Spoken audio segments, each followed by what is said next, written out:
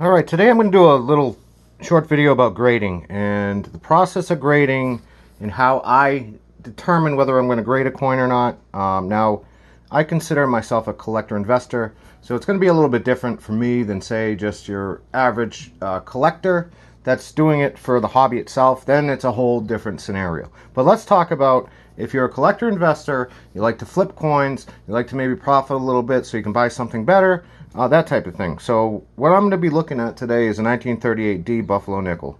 Now when I grade coins, when I have a coin that I'm trying to decide whether I should submit it or not, this is the coin that I'm deciding whether I'm going to submit or not. It is a 1938D Buffalo nickel. It's a mint state coin. It's a beautiful coin. I paid $15 for this coin. Now, what I'm going to look at here is, firstly, what I do is I figure out approximately how much profit's available here. And how I do that is I look at the retail price. On PCGS website, I see what it's worth at an MS66, which would be $100. MS67 would be $300 retail.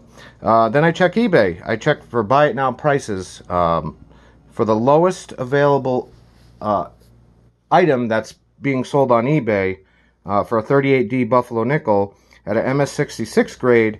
I always make sure it's not graded by ICG. I check for either NGC or PCGS. The lowest priced buy it now Buffalo nickel 38D on eBay is $60. Then at a MS67 would be $195. Alright, so I also have my cost here. Cost for the coin is $15. Grading fees approximately $30, so I'm all in here at $45 for this coin. My goal is to double. So my goal is for a sale when I sell this to be at $90. Now, I'm not going to get that at MS66, so I have to get MS67 to make it worth my while to submit this coin for grading. Alright, what I have here is a great instrument. So I have a 38D Buffalo here, graded MS66, that I can use as, to compare it with.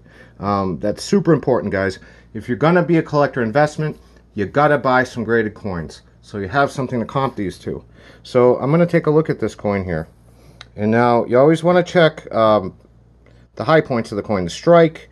You want to check the luster, any hits on the coin. This coin is relatively hit-free. The high points on this coin are going to be the details in the hair. I compare it closely. I already did this, guys, but I'm just kind of showing you what I look for. So I look in the hair. I look at the details in the cheek and the wrinkles in the face. You got to look at the really fine details on these.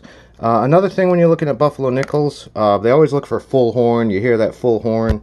The horn is a high point, so you want to see if it has any wear on it. Now, in this coin, there's no wear.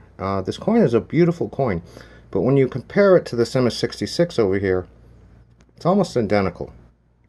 I have to be able to believe that this coin is going to beat this one, because I have to get an MS67 to make this worth my time. I'm not going to go submit it if I know I'm going to get a 66 or a 65. It's just not going to happen. So it looks like we're not going to submit this coin, guys. It's not there. It's super close, but this is what we do. You got to be smart when you're doing this. You got to be conservative, and you got to have comps to look at. You got to look at the numbers. So I almost guarantee you, I submit this coin, it's going to get an MS66. Where are we at MS66? 60 bucks. Okay, I'm all in at 45. Is it worth my time for a $15 profit? No, it's not. It really isn't. It might be if you're a collector only and you just want to, get the coin graded for your own satisfaction, which is great. But that's not what I'm doing. I also want to show you guys the difference between AU and BU. Here's an AU coin. You're going to see that the details in the hair are less than the details here. On the reverse of this thing too, you can tell by looking at the high points. Look at the horn is kind of faded into the buffalo's face there. So we have an AU coin here. Alright, guys, that's going to do it today. Hope I helped you out, give you some ideas on how to do this. Always check the numbers, have a comp to look at, and then you're going to make an educated decision on what you're going to do with your coins.